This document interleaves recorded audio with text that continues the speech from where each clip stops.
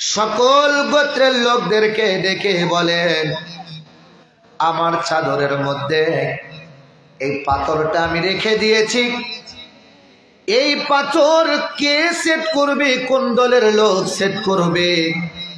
এই নিয়ে যখন দ্বন্দ্ব লেগে গেছে, ঝামেলা তৈরি হয়ে গেছে, একা একা কোনো গোত্রের লোকদের সেট করতে হবে না। চারটা গোত্র, বড় বড় চারটা গোত্র আছে, চারটা গোত্রের 4 জন নেতাকে ডাকলেন। ডাকার পরে বললেন, আপনারা 4 কোনায় 4 জন ধরবেন। আল্লাহর নবী রাহমাতাল লিল আলামিন বলেন, আমি নবীজি মাঝখানে ধরব, আর 4 জন নেতাকে 4টা কোনা ধরায়া দিয়া এই চাদর সহ এই পাথরটা তুলে নিয়ে আল্লাহর নবী রাহমাতাল লিল আলামিন নিজ হাতে সেট করলেন। জোরে কোন মারহাবা। 4টা গোত্রের লোকেরা খুবই খুশি হইলেন, আনন্দিত হইলেন। আর কোনো দ্বন্দ্ব নাই, কোনো ঝামেলা নাই, কোনো ফ্যাসাদ নাই। কিন্তু যদি একটা গোত্রের লোকেরা লাগাইতে যাইতো তাহলে ঝামেলা হইতো। কিন্তু আল্লাহর নবী রাহমাতাল লিল আলামিন 4টা গোত্রকে নিয়ে হিকমত ব্যবহার করলেন, কৌশল ব্যবহার করলেন। এই জায়গাটা হলো মক্কা, আর এই মক্কাতে আছে খানায়ে কাবা। আল্লাহ পাক রব্বুল আলামিন পৃথিবীর মধ্যে সবচাইতে সম্মানিত জায়গা, সবচাইতে সম্মানজনক একটা জায়গা নির্ধারণ করলেন, যেই জায়গাটার নাম হলো মক্কা। যেই মক্কার নাম আগে ছিল বাক্কা, যেখানে খানায়ে কাবা আছে। হাজী সাহেবরা হজ করতে যায়, খানায়ে কাবা জিয়ারত করে, খানায়ে কাবা তওয়াফ করে। এত বড় সম্মানিত আরবের লোকেরা ওই সময় খানায়ে কাবাকে এত বড় সম্মান হিসাবে দেখত, এতটাই সম্মান করত।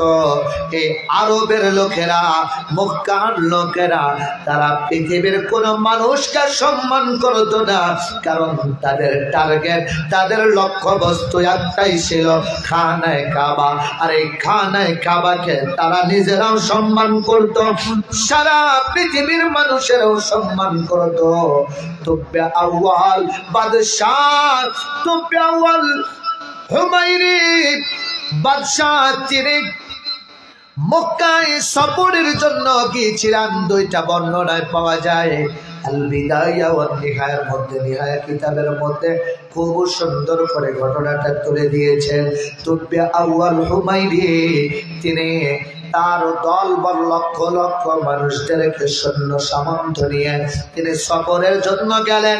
আর একটা বর্ণনায় পাওয়া যায় তার সন্তান হত্যা হয়েছে, তার সন্তান মারা যাওয়ার কারণে তিনি প্রতিশোধ নেওয়ার কারণে আরবের বুকে রওনা দিয়েছিলেন। তিনি যখন যে এলাকায় যায়, রোম দেশের এই বাদশাহ তিনি যে এলাকায় যায় সেই এলাকাতেই তাকে সম্মান করে। এত বড় বাদশাহ, এত বড় সম্মানিত মানুষ, এত বড় সম্মানিত বাদশাহ, তাকে সবাই সম্মান করে।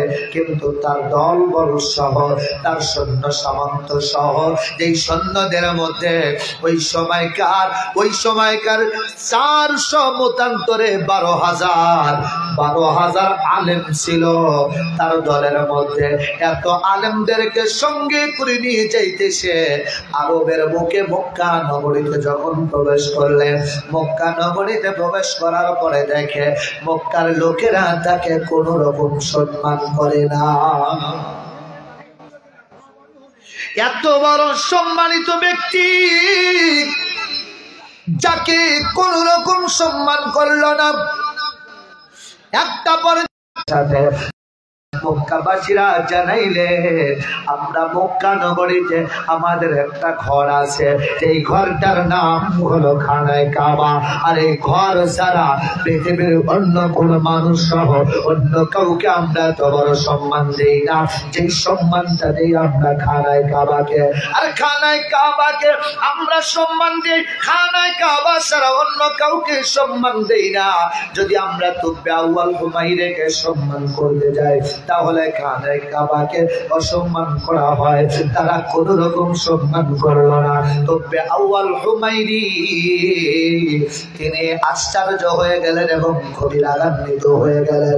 তিনি একটা পর্যায়ে সিদ্ধান্ত নিয়ে ফেললেন যে ঘরের কারণে আমি তুব্বে আউয়াল হুমাইরি এত বড় বাদশাহ, আমার এত বড় সম্মান থাকার পরেও আমি সম্মান পাইলাম না। আর যেই ঘরের কারণে সম্মান পাইলাম না, এই ঘরটা আমি দুনিয়াতে রাখবো না। ঘরের মালিককে কথা বল, আরো জোরে কর। ঘরটার নাম কি? কথা কর না যে ঘরটার নাম কি? খানায় কাবা। এই ঘরের নাম হলো খানায় কাবা। এই ঘটনাটা ঘটেছে আল্লাহর নবী রাহমাতাল লিল আলামিন এই পৃথিবীতে আসার 1000 আগে, 1000 বছর আগেকার ঘটনা, 1000 বছর আগেকার ঘটনা। তুব্বে আউয়াল হুমাইরি যখন সিদ্ধান্ত নিয়ে ফেললেন ঘরটাই রাখবে না, ঘরটা ভেঙে দিবে। কেন বলছে এই ঘটনাটা একটু মনোযোগ দিলেই বুঝতে পারবেন।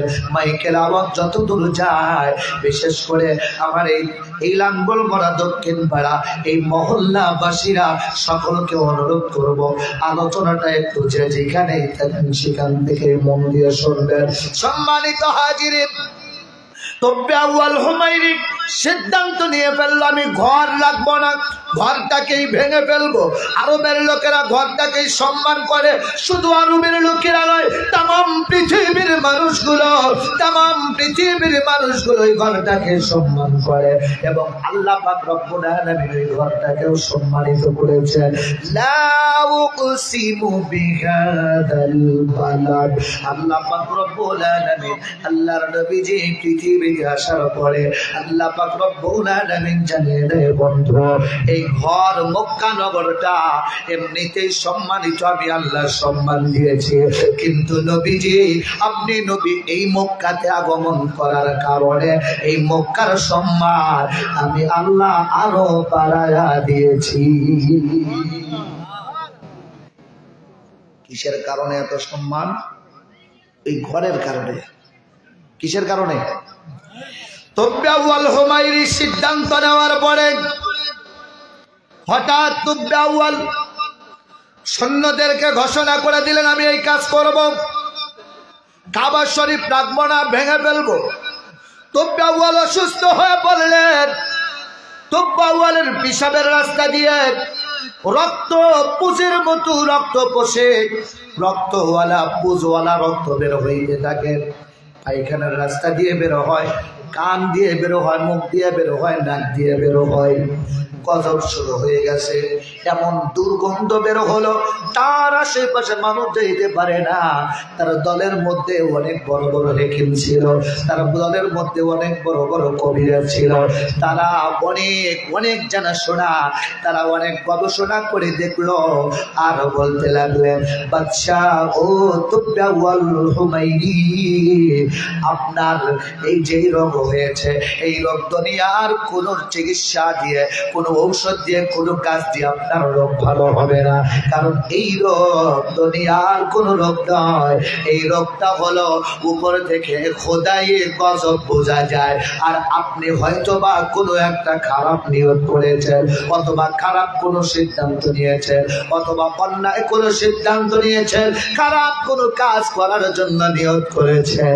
আপনি এই মাত্র এই মুহূর্তে যদি আপনি ভালো কাজের সিদ্ধান্ত নেন আর আপনি যদি তওবা করেন, তবে আপনার এই খোদাই গজব থেকে মুক্তি পাওয়া সম্ভব। না হলে আপনি এই খোদাই গজব থেকে মুক্তি পাবেন না। গজব দিয়েছেন কে? ভাঙতে গেছে কার ঘর? কথা বল না। কার ঘর ভাঙতে গেছে? আল্লাহর ঘর ভাঙতে গেছে।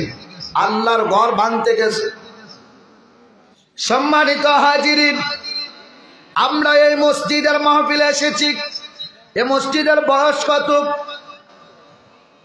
30-35। ভাই এরকম হবে না? 35-40।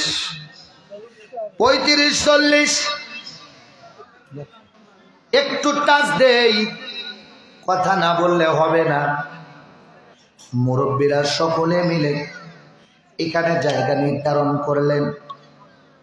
মুরব্বীরা সিদ্ধান্ত করেন, ওই সময় যে মুরব্বীগুলো ছিল তাদের কথার দাম ছিল না? ছিল না?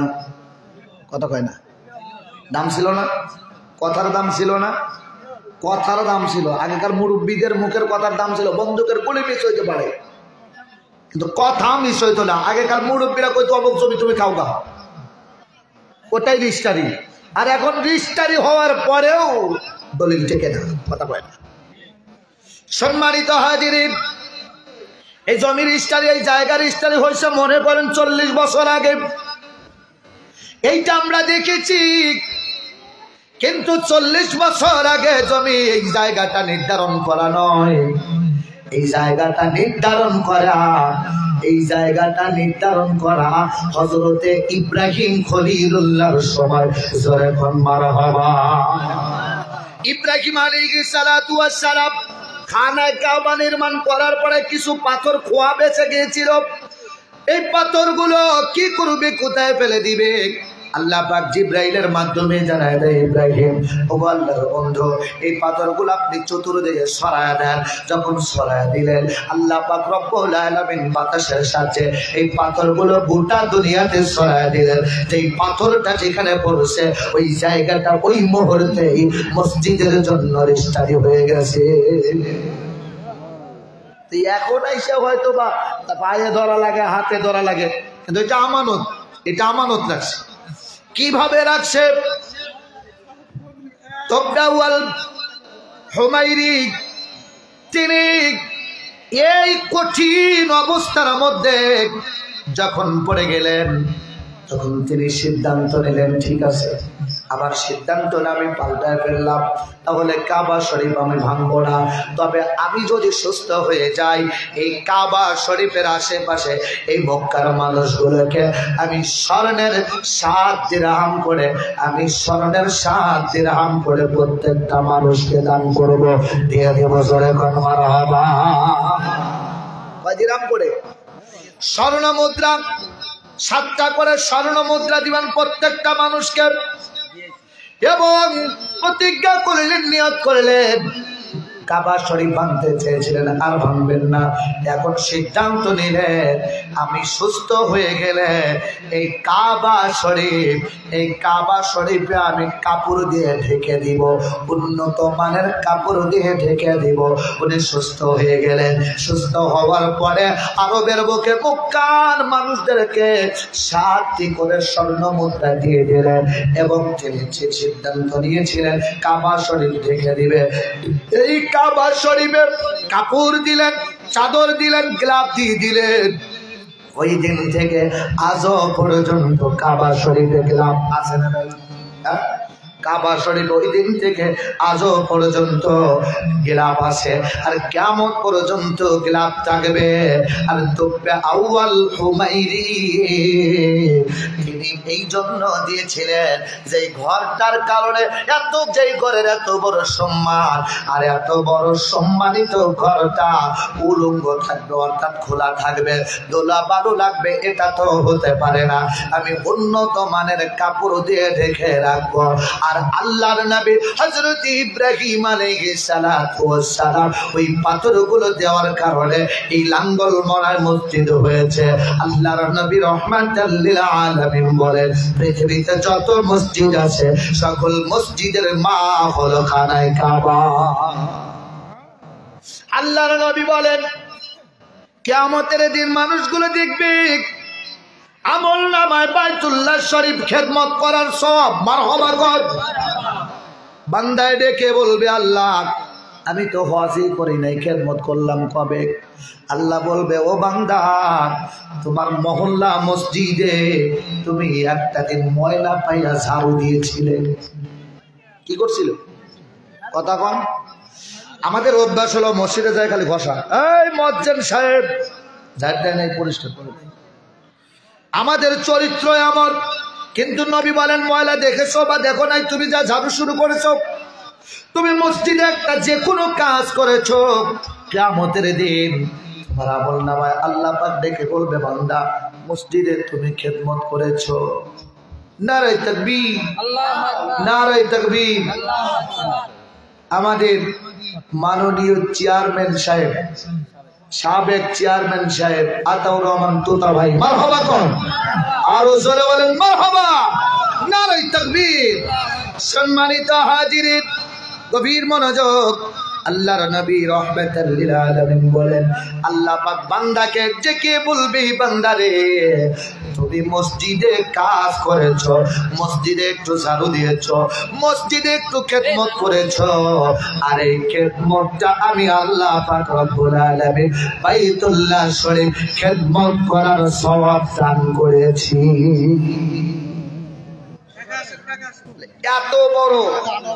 এত বড় মর্যাদা, এত বড় ফজিলত, এত বড় সব আমরা চাই না? চাই না?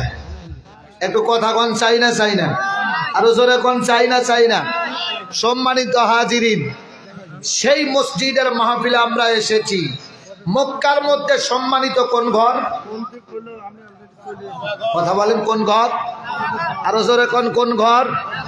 আমাদের এই মহল্লার মধ্যে সবচাইতে সম্মানিত ঘর কোনটা? কথা বল না। একজনের সাথে ব্যক্তিগত ক্ষোভ থাকতেই পারে, কথা বল। আমার সাথে আপনার থাকতে পারে, আর একজনের সাথে থাকতে পারে। মসজিদ সবার, কথা কয় না? আরো জোরে কর। আমার বাড়ি যদিও এই মহল্লা হোক বা এই গ্রামে হোক, বিভিন্ন কাজের ক্ষেত্রে বাইরে দৌড়াদৌড়ি করি। এখন দেখা গেল একজন মরে গেছে অটপকার উপরে, আরে পাইবেন কাছে, দোয়ানে লাগবি, কাপড়ের কাপড় পরান লাগবি, কারে পাইবেন? কথা কন। মুয়াজ্জিন বা ইমাম নাকি? বলে ইমাম সাহেব তুমি জেনেই থাকো, মরার টাইমে খবর দেওয়ার সাথে মাইকিং করছে, ওই টাইমে ইমাম সাহেবের কানে খবর গেছে। ইমাম সাহেবের কানে যখন খবর গেছে, এই যাবে মনে করেন যে চাঁদপুর, খোলা আমার যাওয়া ক্যান্সেল, কে ওই যে মরছে। যদি আসতে দেরি হয়, কি ব্যাপার ইমাম সাহেব আসেই নেই, ঘটনা কি? আমাকে কি এই কথা বলবে? আমাকে বললে এতটুকু বলবে, সাহিদ তুমি যেখানেই থাকো জানাজাটা করে দিও, নাকি কোন? আগে দরকার কার? কথা কন। মুয়াজ্জিন বা ইমাম নাকি? মুয়াজ্জিন বা ইমাম। তো এই ইমামটা কোন জায়গায় পাবো? মসজিদে, নাকি? তাহলে মসজিদের কারণে কিন্তু আমরা এই কাজগুলো করতে পারি, এগুলো পাই।